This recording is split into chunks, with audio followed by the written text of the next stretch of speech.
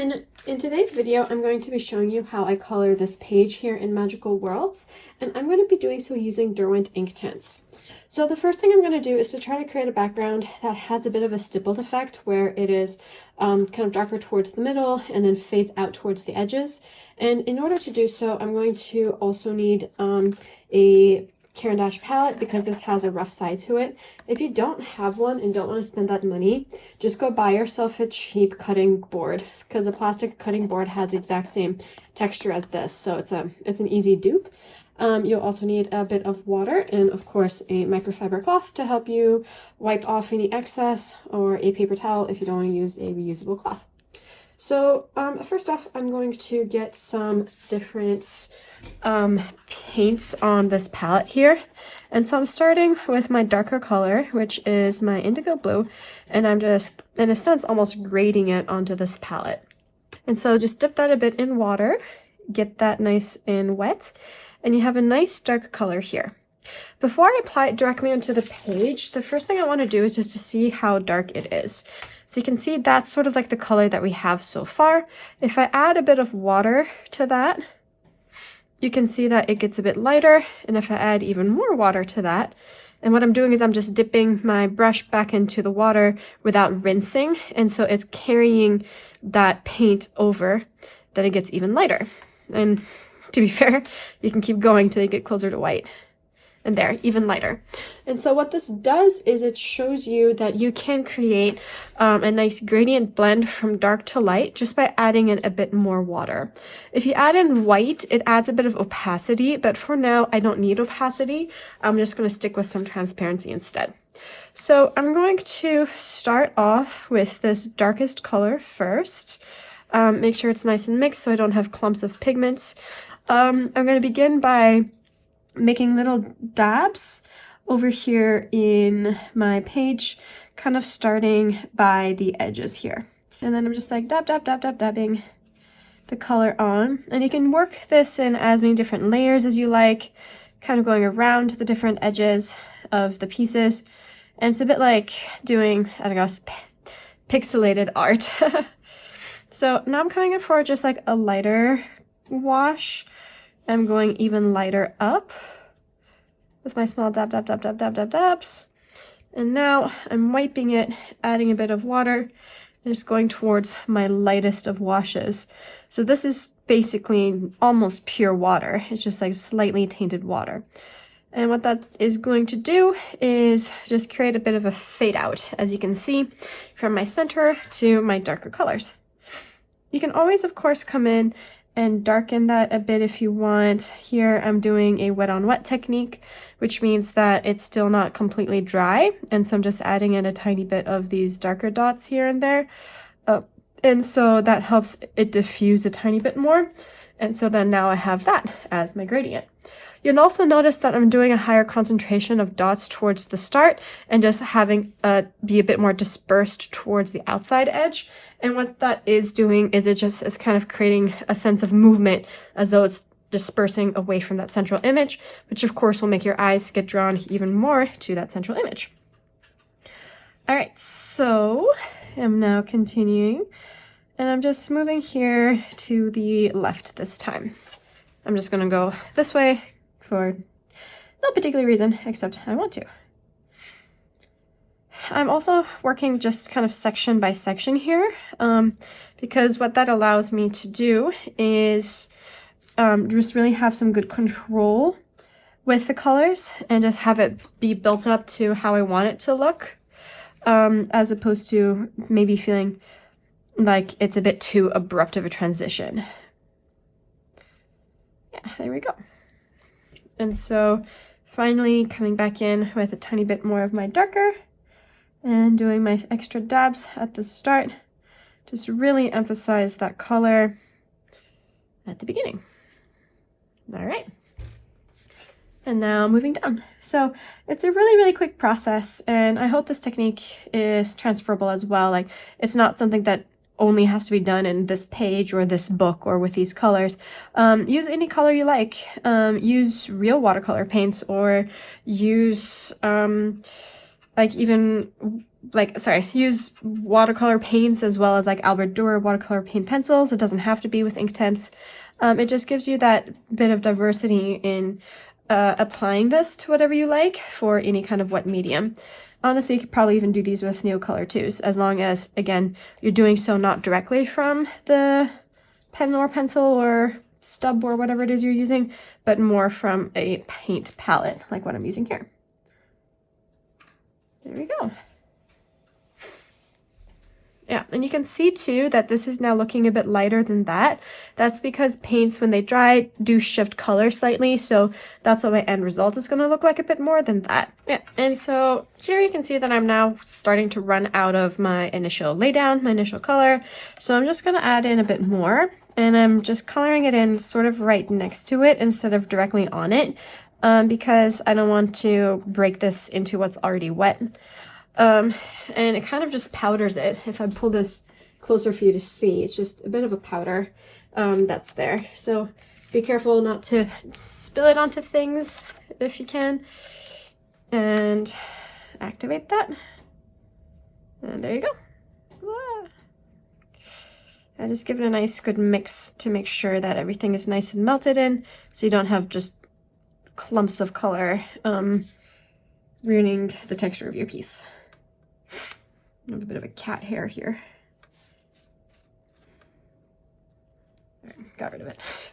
You don't want a cat hair in your paint either. All right.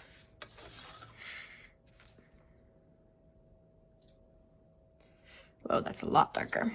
All right, so I'm gonna add just a tiny bit of water because that really is a lot darker than other ones that I have. You probably needed to add a bit more water, but I'm sure it'll be fine. The beauty of having it be also these kind of like varied dots like this is that it is okay if it's not perfect. You know, why don't I actually add a bit more of these darker dots all around? So I had two choices. I could either have wiped that up with my microfiber towel, or I just continue with that a mistake, and instead of having it look like an aberration, have it look intentional by doing it the same with everything else. And so here, having one or two dots just outside of that major clump helps also make it a bit less of a harsh line. And so that's what I'm doing as well. Just adding one or two outside of the main line. And so there's a bit of a color variegation that we're creating too. Okay.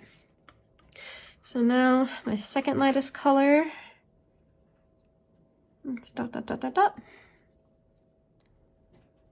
And then a bit of water, a bit more water for my third lightest color, the one that's nearly pure water. All right. And we continue. That's it. Very simple, very quick, very easy to do.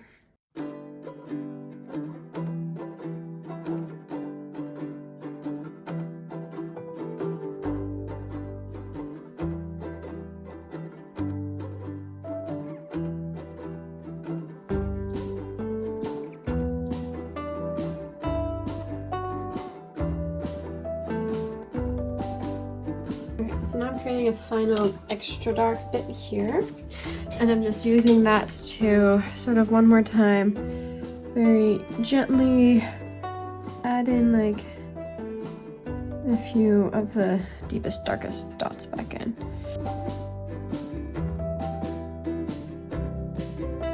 So now I'm adding just a tiny bit more water to my paint pen, and I'm actually just going to be filling in the gaps between the images here so that the entire background is actually blue. And the nice thing about doing this with a paintbrush as well is that it's just such a tiny, tiny gap to get to that doing so with a coloring pencil would need you to keep it sharp the whole time, and that is very hard to do. Or it will just kind of kill your pencil because you're always sharpening it. So this allows me to just really quickly get into these tiny, tiny nooks and crannies created by Johanna. Very Johanna-esque to make things more difficult with tiny corners. But it works very well this way.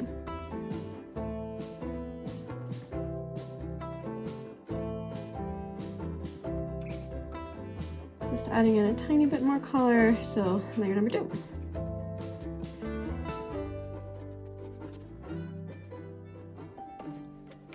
Alright, so now that the background is dried and it looks like what I want it to look like, I'm now going to come in and do the leaves. So I have 2 colors here. I have Hooker's Green as well as Beach Green. So my Hooker's Green is the main green that matches this one most closely. My Beach Green is my dark shadow green here. So lights to shadow, and I'm not doing anything lighter because to make it lighter, as you saw here, you just need to add some water. So for Hooker's Green, just with a very, very, very light layer, I'm going to cover all of my green elements first. I'm doing this dry. So I'm barely having any pressure, and I'm just sort of letting it very nicely and evenly cover what's there, making sure I have it with a nice even coverage. So using a scrumbling motion helps, and a scrumbling motion is just small circles. There we go.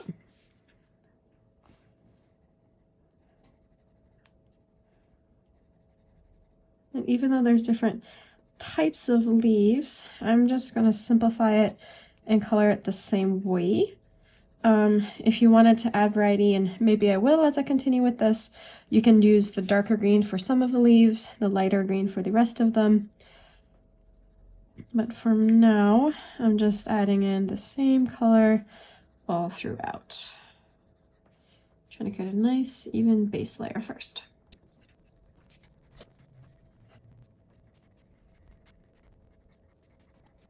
Yeah, so now that that is now in as a base, I'm now taking my darker green, which is the beach green, and on the bigger leaves, I'm actually going to start adding in the shadow, still dry on dry here, meaning I'm not activating anything with water yet.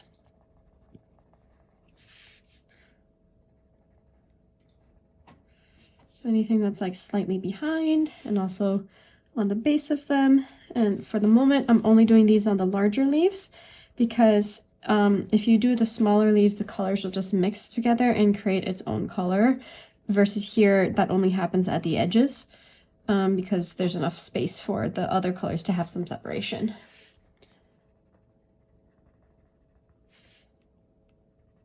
Okay. Besides, this helps differentiate the big leaf from these tiny leaves. So sort of these, I guess these are daffodils, so these daffodil leaves.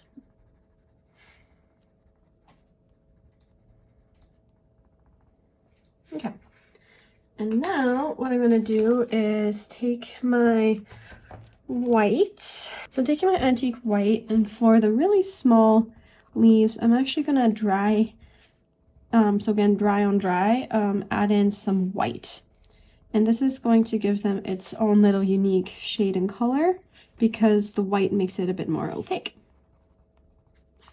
And that's how I can just have, even if it's the same colors, just a tiny bit of variety between the different sizes and shapes so that I can keep some visual interest in the page without having to go ham on too much variety, because it's hard to do so when so many tiny details exist, like they tend to do in Johanna's floral work. And yeah, I'll probably skipping around too fast. Maybe I'm missing a few, but again, that's okay. Overall, the image will look cohesive. Okay, at this point, I am ready to add in my color. All right, so now I'm gonna come in and activate this. I'm gonna start with the same paint one that I've been using. If I don't like it and think it's too thick, I might move to a thinner one. So again, just whatever tool you use, just make sure it feels good to you and don't mind switching it out. You don't have to follow the tool exactly. I'm doing it from the top to bottom because I want to do it from light to dark if possible. And so I'm just making sure I'm being very careful. Small dabbing motions so that the color doesn't get pulled, because otherwise you're pulling the color. And as you can see, yeah, there is some color difference coming because the white added there did make it a bit more of a pastel green, versus here it's a bit more of that spring green. And then the tiny bit of dark at the bottom has now given me some variety. So there we go.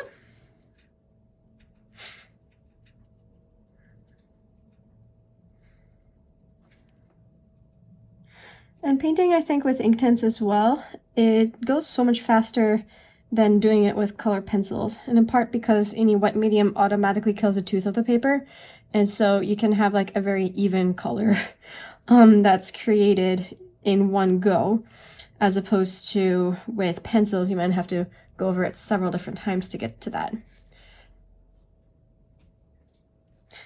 Just be careful to try to stay within the lines as much as you can. Like here, for instance, there's a blue dot on top of the leaf, but no big deal.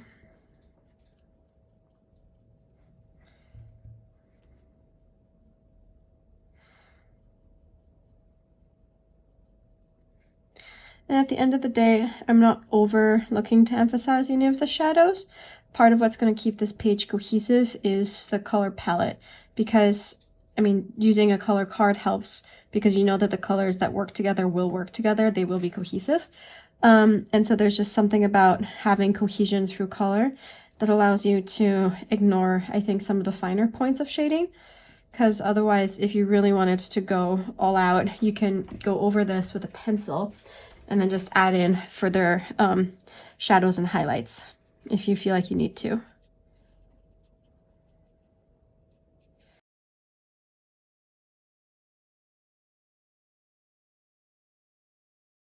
So that's, I would say, the first layer done. Now that it's all there and I'm looking at it, I think that I do want to have some more shading come in because it is otherwise going to just be a tiny bit boring. All right, so I think that I will try to have this be a Inktense only page, because why not? So I'm using my darker green, my beach green, and now I'm just doing a dry coat on top, and I'm going along the base of the leaf and a tiny bit along that central vein as well. It could definitely be helpful if I sharpen this, but I don't want to. I kind of like not sharpening my Inktense pencils so I can preserve as much of them as possible, which is really dumb, but it's not too dull at the moment. So as you can see, that does add in just a tiny bit of extra oomph if you add that in like that. And for the leaves that are behind, you can just kind of have that go completely darker. There we go. Make sure your page is completely dry before you do this, by the way. The paper will rip if you're using a pencil on top of it and if it's still wet. But if it's dry, it just has enough tooth to be pulled onto it for a second layer.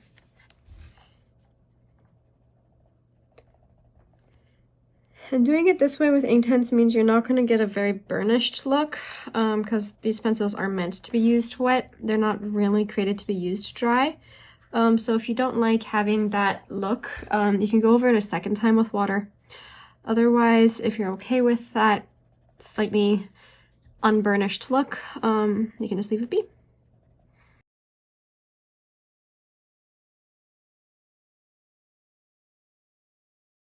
All right. So at this point, for me, when you look at it, you gotta have to decide and evaluate, do you like the way it is? Do you want things to be a bit different? Does it still feel a bit flat to you? And one thing that you could do to kind of help the leaves pop a tiny bit is to actually add in some highlights with a gel pen. And so you can either use an acrylic marker or a gel pen. I generally tend to use acrylic paint pens because I find these clog a bit, but I want to give it a try to see. And if I don't like it, then I'll switch it up. So there's two ways in which you can give a highlight. Either you can completely cover the initial line work, or you add the highlight just on the inside of the line work. So then the top of it is kind of what gets that little highlight. So for these bigger ones, maybe I'll just do that. And yet for these smaller ones, to kind of differentiate them a bit more, maybe I'll cover their lines work.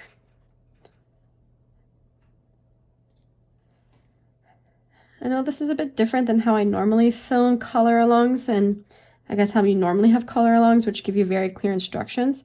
I guess what I'm trying to do is I'm trying to show you that along with my instructions, you can, of course, change into what you like, because the best pages are the ones in which you kind of assess how it's going and then take ownership of it. And also, every time you color, it will look different than what I would have done. And that's in part because you have your own personality come through. Through the colors you choose, through the pressure that you use to use the pencils. Yeah. My personality with coloring, I would say, is just a bit rushed. I'm not the most patient of people, and I am very heavy-handed. And I'm also a bit messy, but it still comes together because it's consistent. So never kind of view an element of your coloring style as bad. As long as it's consistent and consistently applied, it's actually good, in my opinion. And there's something that's a bit meditative about using this white highlight on these leaves.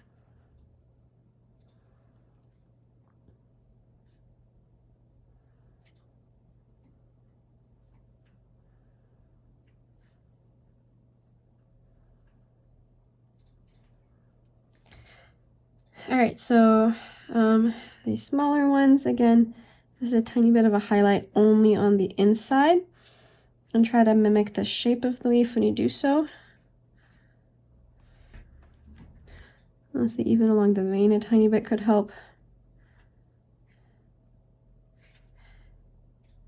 There you go. That adds some life back into the leaves. Yeah. Happy with that decision. White highlights solve everything.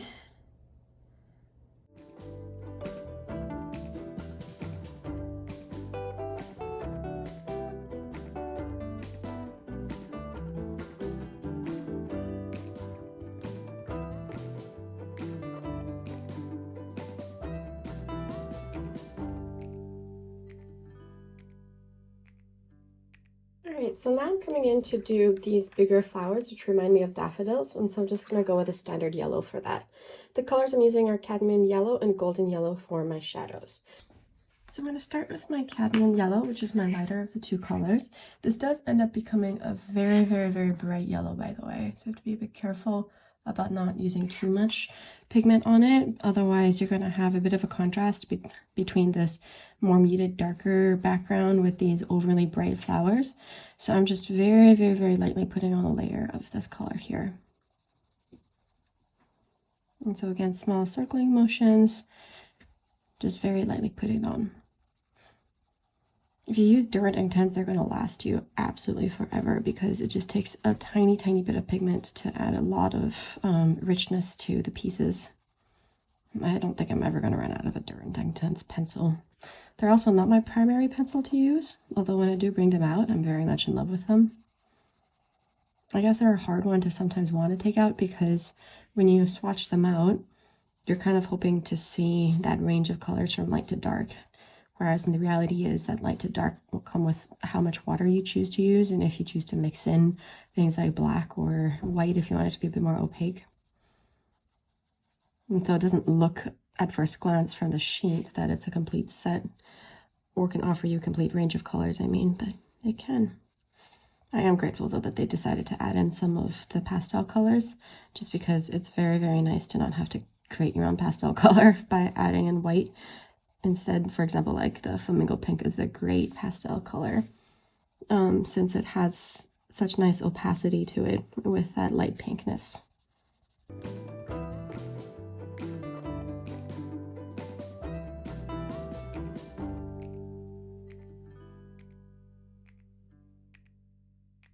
I mean, this looks like a nice pale yellow, but that's going to be vibrant as soon as we add in the water. All right, so now I'm coming with my shadow color, the golden yellow, and so I'm just trying to come along the base of each petal here, and so that way it's light towards the top, dark towards the bottom, with a tiny bit of color coming out around the veins. And it's okay if it's not like blended at this point because it will blend out when you add that water.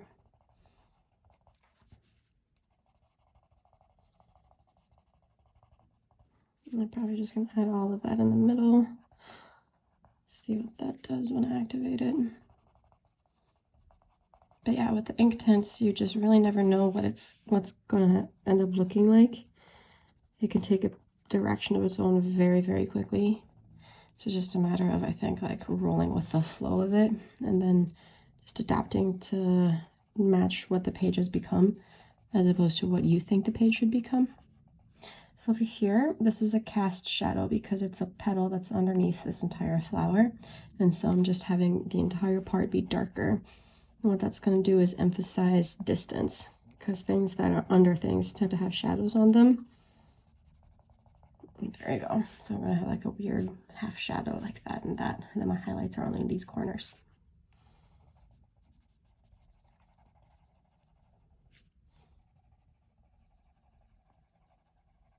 Sometimes with Derwent Intense, the more I layer on the dry colors, the more I can get away with only activating it once and then leaving it be once it's the completed page.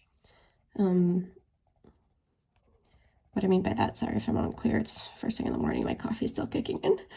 What I mean by that is I can get away with not using multiple layers of Inktense after I activate it. So I could do like a single activation and then just walk away. It's bright enough that I don't need more layers. Versus with pencils like the Albert Durers, I feel like would need several layers. I did a Galaxy recently for Space Timber in Worlds Within Worlds, and it took me 2 wet layers and 1 dry layer to get it to the opacity that I wanted.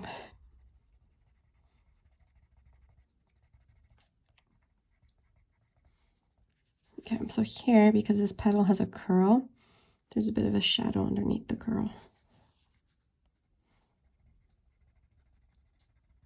Johanna's work I find to be a bit harder than Kirby's because you yourself have to kind of make up what shadows go where.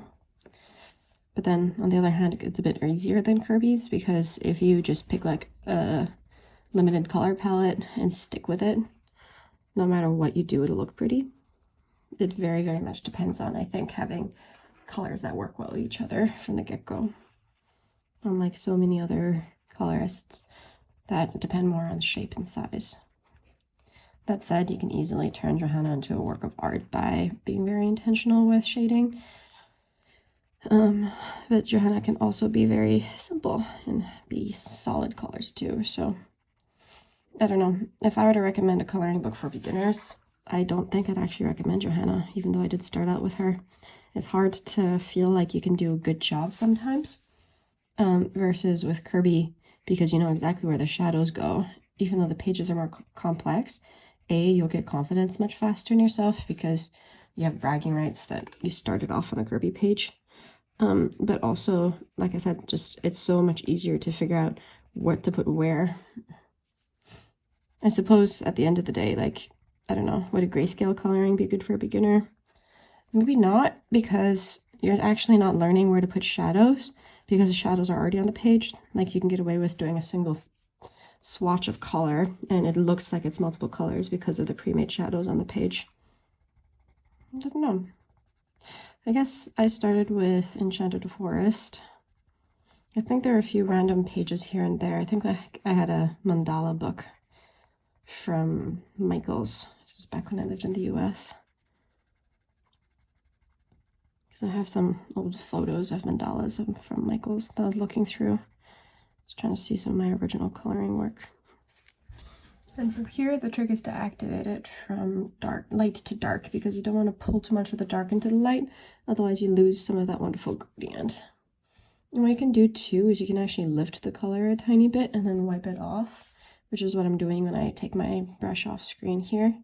So I'm trying to like minimize some of the color there. But you see what I mean? That activation turns into such different color that it really could have been way more vibrant if I added more of that pigment, but I think that this is just the right amount of yellow for me.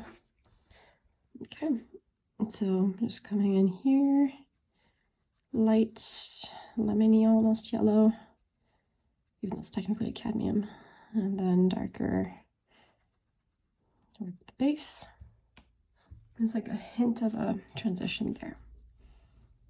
So depending on how I feel after I finish coloring this, I'll see if I do other layers, if I want to pop the shadows a bit more. Maybe I will break out my Prismas or my polychromos and see if I want to use a regular pencil on top just to push those shadows a tiny bit. I want to do a few tutorials from other people though who do petals and leaves, because I'm noticing that they do a very different shadow placement than I do. They seem to have like with the petals and leaves, I can't describe it, like with like the darkness doesn't go to the edge of the leaf and it's somehow along the middle, and that makes it look more two-dimensional. For me, I tend to do like shadow at the base, light at the top, and so it's very directional. So it'll be interesting to kind of like learn a new technique there. So here you do want to wash the brush off in between, because you don't want the pigment that's the darker pigment that gets to your brush at this point to add to this next light section. So you want to clean your brush between each section to kind of preserve some of the remaining lightness.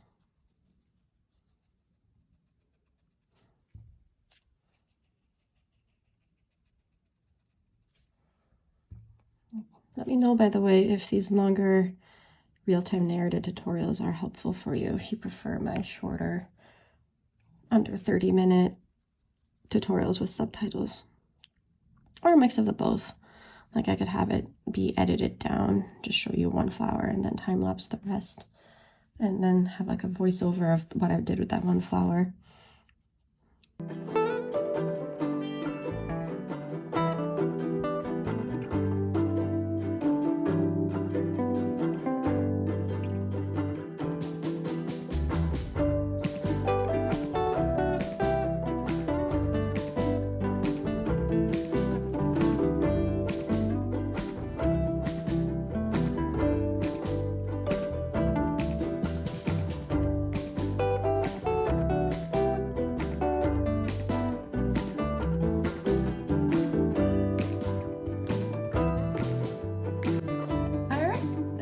So that is my first layer done.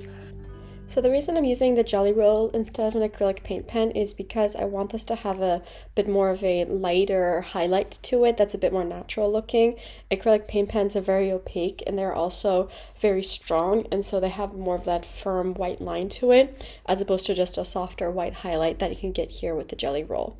The jelly roll here, you need to make sure you are not covering that initial line work, because the purpose of this is not to cover the line work and get rid of the details. You want to maintain those distinct lines and instead just on the inside edge of the lines use your jelly roll to color it in. And what's that going to do is it will preserve the definition of each of the flowers while at the same time giving that highlight, which is really needed for our eyes to be able to make the piece pop a tiny bit more.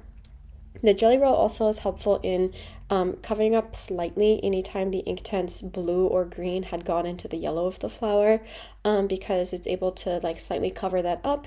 Since Inktense is ink-based, it doesn't lift as much as it would have if it were something like Albert Dürer instead. So continuing with that, even on the inside petals here, again, really trying not to cover that black line work. You want to maintain that definition and just slowly make your way around the flower.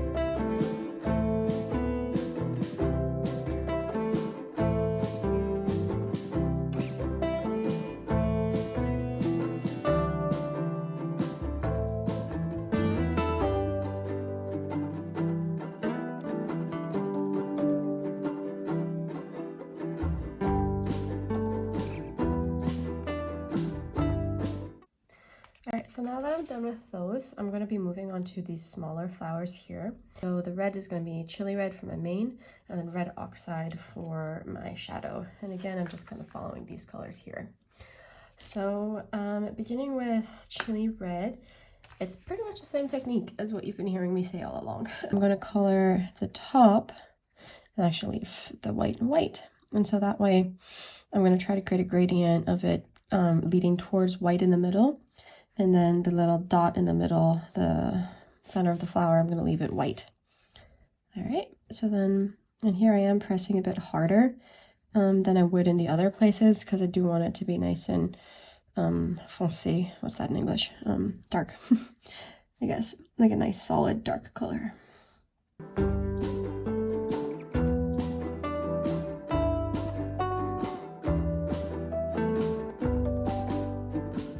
What I'm gonna do is kind of start from the middle where it's white, and I'm actually just adding a bit of water, and I'm slowly working my way up, and I'm pulling the color down slightly from the top in small dabbing motions.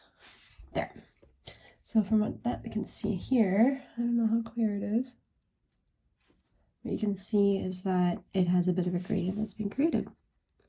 So clean your brush in between each time. Just dab at that edge, and that helps pull some color down, and then go up to the top and finish it off. And then rinse and wipe. And then repeat. Okay.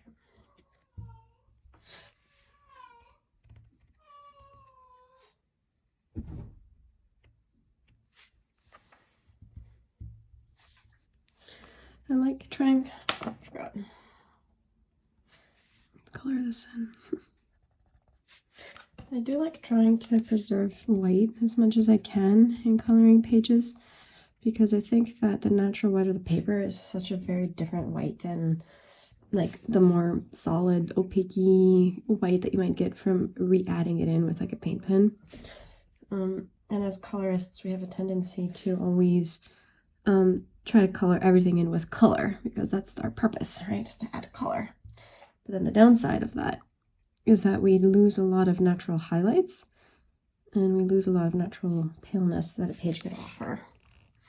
And I'm very much a victim, or like a perpetrator of that crime, so to speak, since I tend to really love to add in and burnish things, and I often feel like if I leave a bit of white on the page, it's not properly burnished, it's not properly colored. So I'm trying to get over that a bit and just allow for a more natural flow that incorporates the white of the original page, the white of the tooth of the paper, a bit more. So something like this, by the way, is easier to do with your watercolor pencils than with Inktense, and that's because here I'm actually really trying to move the colors around. And with Albert Durers or any watercolor pencils, if you pull too much color down, you can lift it with your brush by adding water and then just kind of like dabbing it away and drying it and dabbing it away and drying it, and that lifts the color away a bit. But here I don't have that as an option, so I have to be really careful not to pull too much of that color down, but also ensure that I have not too much of a harsh line. Like this line here is too harsh. As you can see, no matter how much I go over it with water, I can't fix it. It's going to stay a harsh line. So it's definitely way less forgiving, and would have been better with an Albert Dürer pencil. But I didn't think of that. I also don't really want to mix too many medias into this rambly tutorial.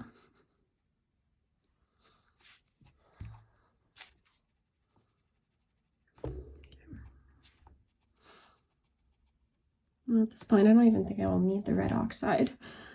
I think that just having a single pencil is enough for these flowers. And a single layer too. I don't feel like I need to add anything else. Don't really need to emphasize the outer edge because I think it's emphasized enough since I added in a ton of pigment by having more pressure at the start. Yeah.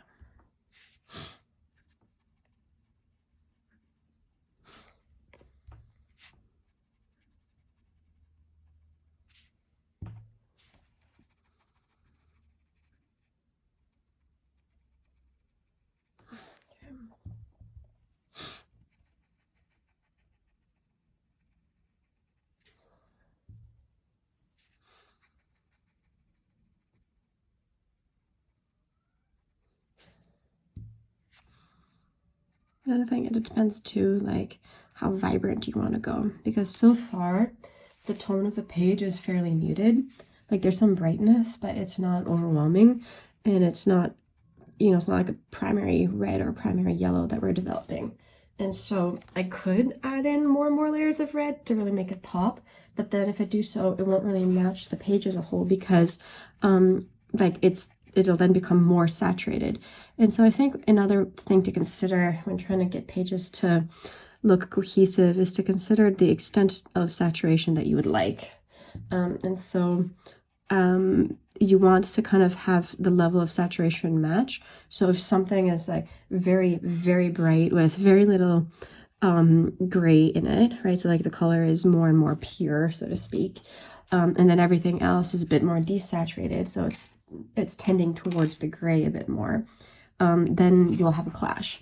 So you can work with that, right? You can play with that and sometimes have a very intentional clash. But in this case, like I don't want that, because the way the page is developing, it's not something that I would think would work, just based on what I can see.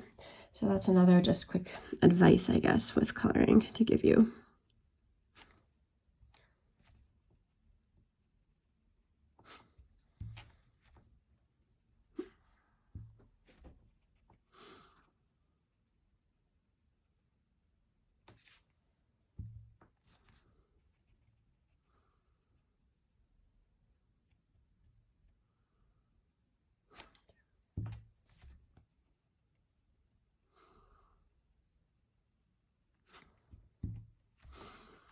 In between, I'm dipping in my water, wiping it off on a microfiber cloth each time.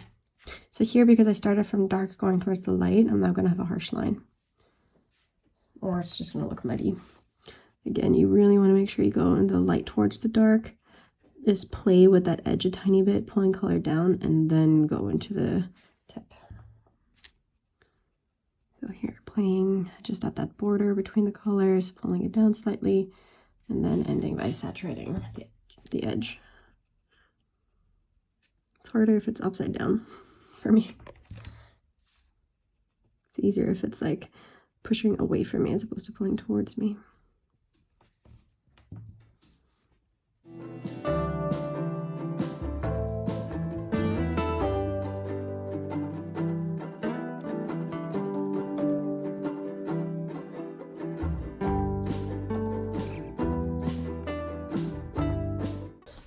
The first thing that I'm going to do is add in more white to the centers, just to really kind of like make that pop. I could also use my acrylic paint pen for this, actually, but I've already gotten started.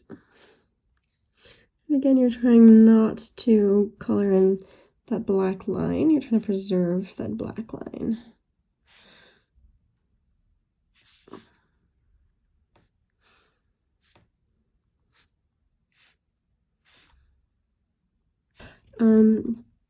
But what if I just go around that line and I just like scrumble in a little arch around that line? See what I'm doing?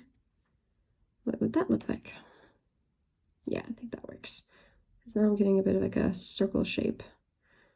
And again, I'm trying to preserve that, that black. So that's what I'm going to do. So just a little small circular motions, create an arch around that central black line with my jelly roll. And it creates a bit of a white shape within the flower as well, which I think is interesting. Yeah, so if you look at these ones to those, they have a bit more definition. And so that's my plan. Yeah, like that. I'm just trying to make it even. All right, so the rest of this is going to be time-lapsed because it's just going to be me kind of going over the flower and creating this little arch around each of these central black lines on each petal.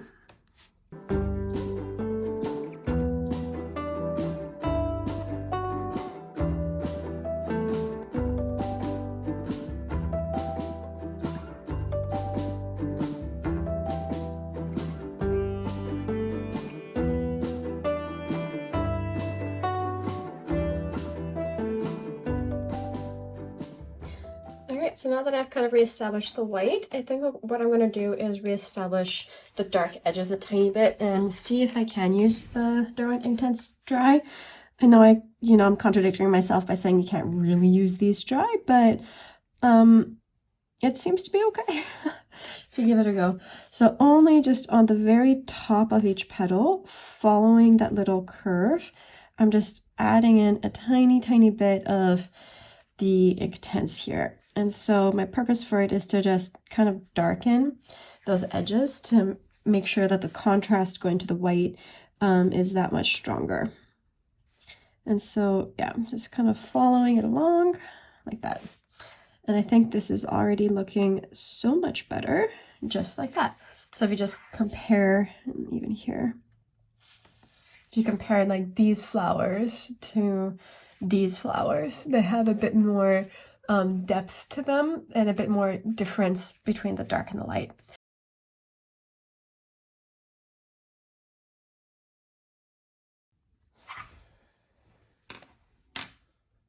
Okay, so then now that that is done, I'm going to experiment and see what happens if I add in, it either could be yellow or it could go darker and then have it be just like the chrome oxide. So I'm going to start with the yellow just to kind of see, because you want to start the lighter colors.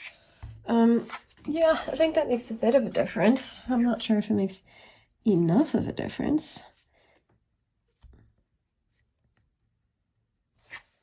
And honestly, if I wanted to, I could go even darker with the golden yellow instead. What would happen if I do the golden yellow? Tiny bit of difference. At this point, the page is also saturated, so it's really not adding in too much. But there we go. All right, so I'm just gonna have yellow centers for those flowers. So now I'm done with those. So I'm now going to interpret these to be daisies, I've decided, because daisies have long petals and they're also white. So these are my 6 different daisies that I have on this page. Step 1 is to give them a yellow center. So daisies either have yellow centers or they have kind of like a black center. But I'm just going to go with yellow instead because it adds more brightness to the page. Step 1. Step 2, I'm going to have to get out a very, very, very pale gray here. And so the palest gray that I have is Storm Dust, and it's one of the new colors. And I'm just going to, at the base leading out, add a tiny bit of the Storm Dust here. And so that way it's kind of showing that the petals are branching out, but there's like a shadow in the middle. And that's kind of my way of adding just a bit more dimension to these flowers. And I think I might activate it, but I'll first look and see what it looks like dry. Yeah. Okay, so already looking much better. It might be a mistake because it does look good, but I'm going to see what happens if I activate it. So just, yeah, pushing it out slightly. Yeah, I think I prefer it activated because then it's a bit less of a harsh line, but I have to be careful because the yellow hasn't been activated yet, and it might, yeah, over here the yellow pulled into the daisy a tiny bit, so I just have to make sure I'm not picking up any of that yellow when I'm activating it. Just very hard to do at the moment. What I could do instead is just to activate the yellow and then wait for it to dry, and then it won't move, but I'm also feeling a bit lazy right now. Okay, so that just kind of allows the colors to a bit more naturally bleed out a tiny bit. There we go. So now, all right, so options include iridescent medium. I also have 2 kinds of stickles, the glossy accents and then diamond stickles. Process of elimination, I think I'm going to take these out. This one here has too many multicolors in them, and I don't really feel like having a glossy accent, so that helps eliminate it slightly. To my size 1 Da Vinci round brush. It doesn't matter the brand as long as it's a round brush and it's nice and thin and has a nice thin tip. So I'm just using mostly the paint that's already from in here. And what I'm doing is I'm just kind of like picking it up. I'm not going to add any water or anything to it. And just really gently kind of go along each petal. Yeah, I think that's the right idea. And then this adds just like a bit of extra specialness, which helps justify why I'd be leaving these flowers white. And it also helps cover up a tiny bit of that gray pallor that I accidentally created, and just adds just some more life back into these petals. There we go. Yeah, best decision ever. This works very well. Yeah, so just very gently, again, trying, like, it's kind of opaque, so it's okay if it covers up the lines a bit, but I'm trying not to let it cover up the lines too much. All right, there we go. So now you have like a flower with a bit of shimmer and shine to it, and it helps justify why you'd leave one white. And I think it works out really well. So I'm going to do that now for the rest of these.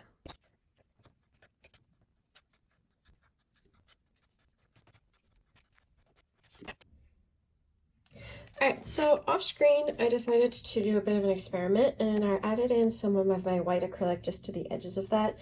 So the shine and the shimmer is very much on the center of the flower now and not the edges.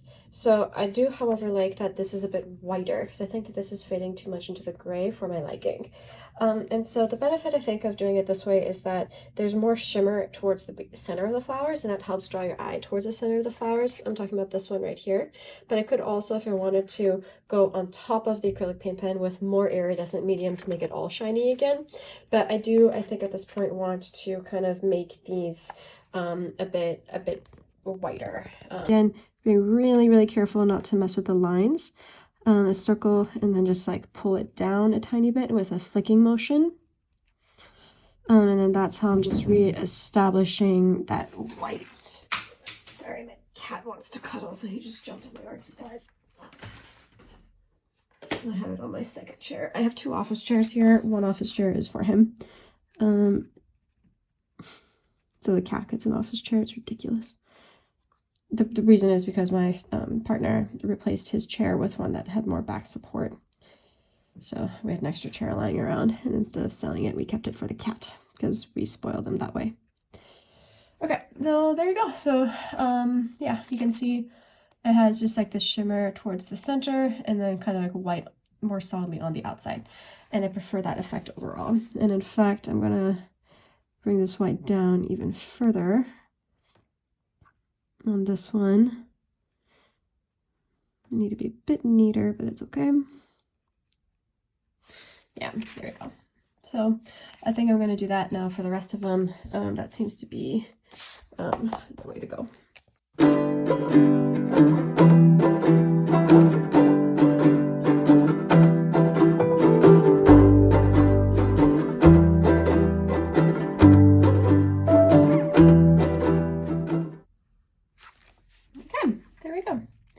So now I have more interesting looking white flowers, and there's a bit more of a glimmer and gleam to them, and I think that makes me much happier for sure.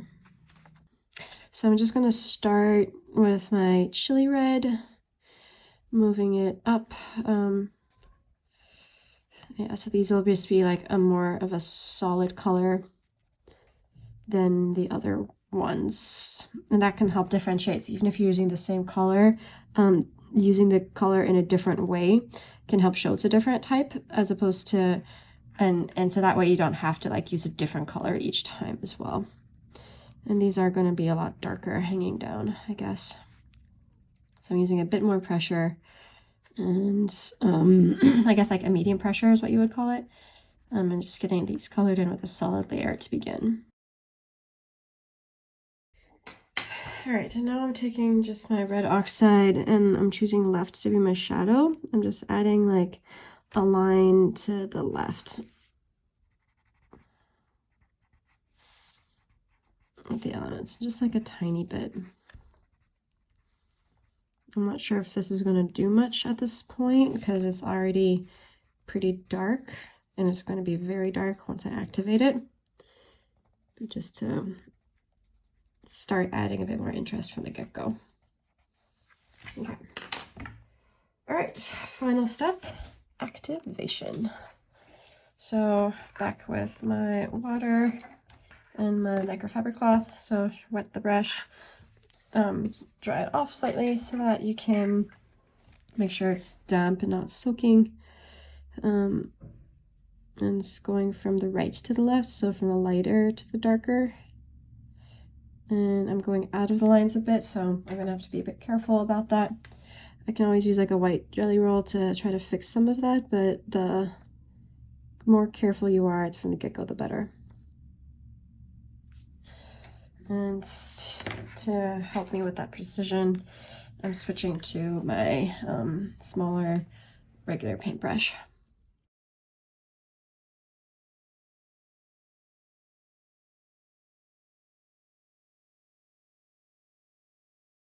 All right, so now I have the single layer down. The next thing to think of is how can I make this look a bit less flat. All right, so this is what this page looks like so far, and I think it looks good. I don't want to add too much more color because it's becoming more and more saturated. So I think what I'm going to do to end is actually just add in a little highlight, as mentioning earlier. So making sure I have like a spare paper to just like tap and make sure my pen is clean first. I'm going to come in and just add like on the right hand side a very small little curvy highlight, and you want the curve to sort of like match the curve of the edge. So you don't want to go all the way to the edge if you can help it. Like you want to leave a tiny bit of that red color poking through, and definitely do not want to go over the black lines. But this is just going to add a tiny bit more life to these flowers so they look a bit less flat without adding in more color, because again, I don't want to overemphasize that saturation. And yeah, this is just yet another example of how strong and powerful Inktense is. It was literally just one layer, and I feel like I'm done. So now I'm going to repeat that same process here. So step one, of course, is to do my base layer of these mushroom caps. And so same technique as last time, just coming in with a quick initial layer. Then I'm taking my oxide, and on the left hand side, just adding in a bit of a darker part. And finally coming in with a paintbrush instead of my water brush, because I want it to be a bit easier to control. Oops, too much water. So that's when you can pick it up and wipe it off. Try hard not to leave the lines if possible. There we go. And just using just like that tiny bit of damp, so it's like a well damp brush, not soaking wet, not terribly dry. It's the perfect amount of water because you're not doing large areas, you're doing small areas, and so it works really well. There we go. All right, so now I have to let that part dry. I think I'm going to leave this like kind of like white and uncolored. I don't think I really need to add much more color to that. And maybe what I'll do is, because this is a thin single line versus there it's a double line, I'll just add a line like that. There we go. So now as I wait for that to dry, I'm going to jump into my yellows, and I'm just going to give a very, very light yellow layer here, just on these wingtips, and I'm ignoring the center body of each moth for the moment because I'm not sure what I'm going to do with it yet. Just depends on what it looks like in balance to the rest once the wings are done.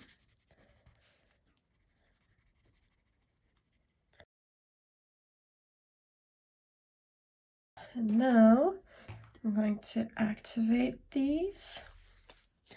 So outside to come in, and then in. There we go. Wipe in between each use, starting on the outer edge first, and then the inner edge. And if it's such a small area, it's okay if you do like all of the outer edges first before coming in.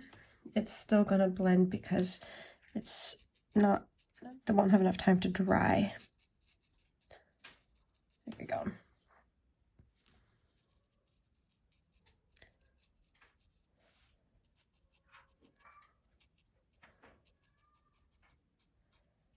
All right, so now these mothy creatures have a layer down. So for the mushrooms, I don't know, what if I just do a highlight line like that? Yeah, I think that's fine instead of doing dots. Yeah, that's it for that.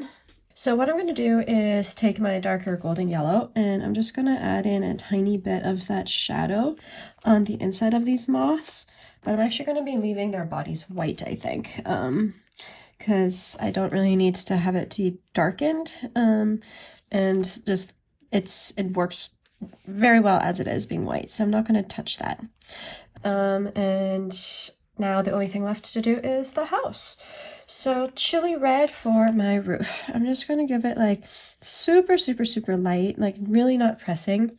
Begin with just like a very base layer of my chili red. Okay. All right. And I might use the same color for my chimney. So I guess I'm going to do these bricks red. I'm going to leave that white and do this top part, so there's a line in between. And I'm going to make these bricks red as well. So just keep it a bit of a cohesive house, I guess. It's fine. All right. And I do like red doors. So I'm going to make my door red. It's just going to be like a monochrome red and white house, I guess. Okay. And my window pane.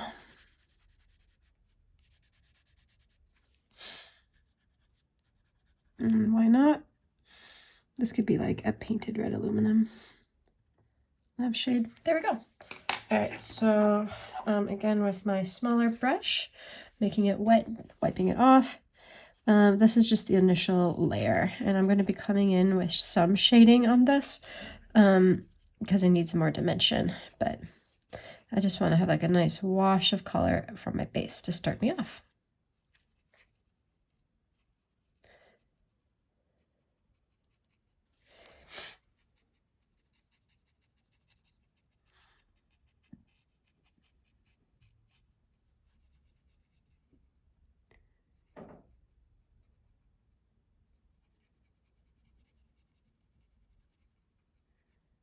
I need a bit more water. Oh, too much. So that's when you dry the brush and then you dab it off so it doesn't smudge and create a puddle.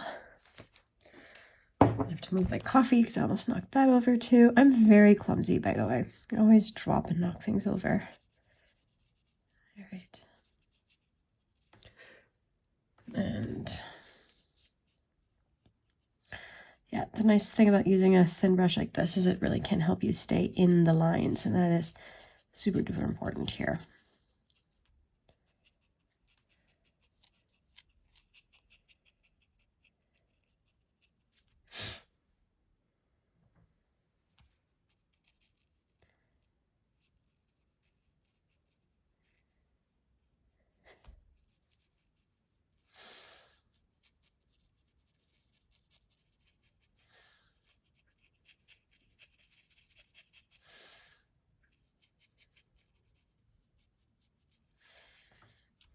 And I don't know what to do in the windows. Like, I think houses are my least favorite element of Johanna Basford's because I don't ever know, or any element, like even eerie houses, I never know what to do for the windows. Like, do you make them see-through so you can see in them? Do you make them look like glass, in which case it should be reflecting things on the outside? Do you make them dark? I find it very difficult to decide what to do with them. So not my favorite thing. Okay. All right, so now that I have that base layer in, just trying to let that dry. I'm going to just come in with a bit of yellow, I guess, here. And I'm going to do this yellow dry as well. There we go. So then the house has a bit of a glimmer coming out. And I'll just use my darker golden yellow for this flame. There we go. So it looks like it's a flame. All right, so now what I'll do is probably take my gray, so that's the storm dust, and just very gently add some gray into the shadows. And shadows will be under things. So like here would be my shadow. Maybe the edges, both edges coming in would be my shadow. Under these bricks would be a bit of a shadow. Under this would be a shadow. Under these bricks, and the base of the house in general would be a shadow. And here, definitely a shadow. Okay. So I don't think I'm going to activate this gray because I activated the gray last time and it was a bit of a disaster. So I'm going to leave that as is. So now I just have to decide what's on the inside of the house. So I could do yellow. So it's kind of like a yellow light shining through a tiny bit. As I say, so I started coloring, so I guess I'm doing yellow. Yeah, that works. Just a hint of yellow. And maybe what I will do is activate this yellow,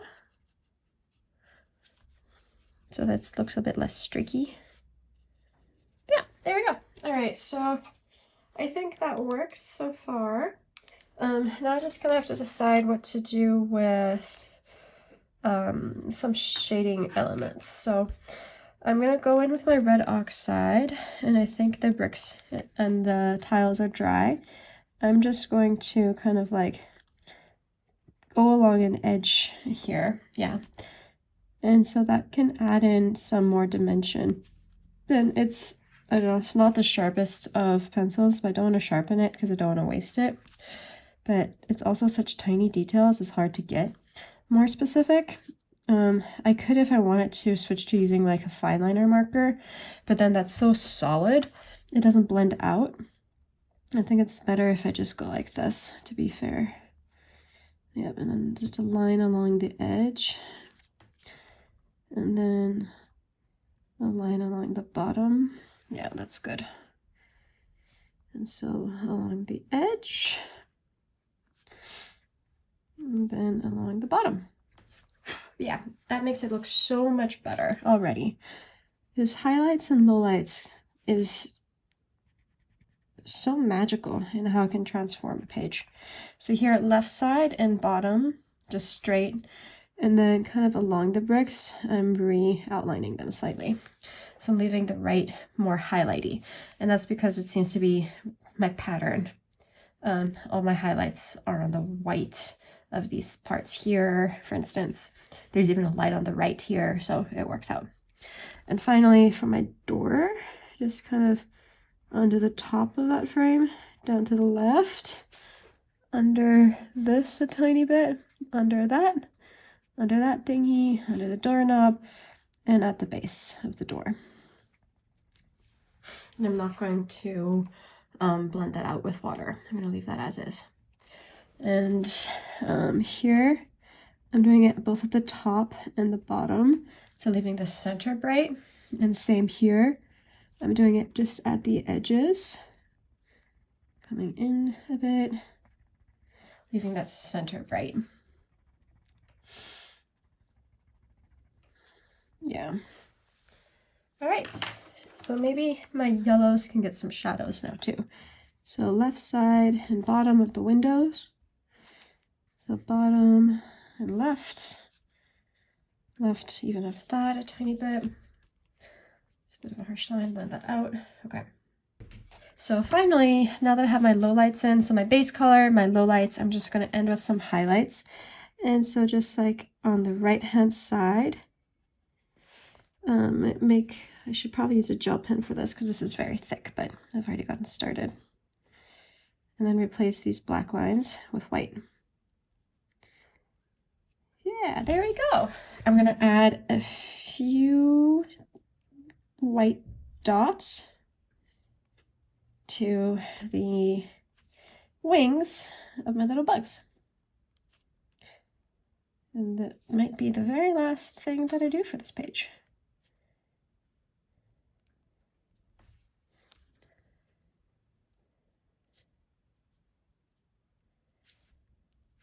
Maybe like a hint.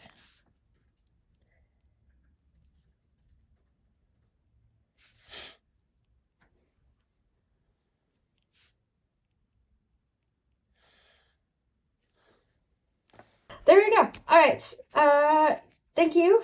Have a wonderful rest of your day. Hopefully this was helpful in just showing you my thought process of both like how I pick colors, how I navigate unexpected setbacks, how I kind of like allow the page to go where I want it to go. And so even though it didn't end up being what I initially planned, by getting rid of this orange entirely and having the colors be a bit less saturated than what I had here, it looks so good as it is. So like, I can't emphasize enough, let the page guide you. Don't try to force the page. And if it's going in a direction, follow it in that direction, and then just try to make it as balanced as you can. So balanced both in terms of color layout, balanced in terms of color selection, and just having it be a bit more of a limited palette is always a bit nicer, I think. Balanced in terms of where the colors are, right? So it's heavy yellow there, but light yellow there. Some reds here, and some whites pulled back into the house. So you just, yeah, balance is such a key factor, I think, in creating a cohesive looking page. All right, I'll stop moralizing. Thank you all so much for joining me this far, and I hope you have a wonderful rest of your day. Happy coloring. Bye, everyone.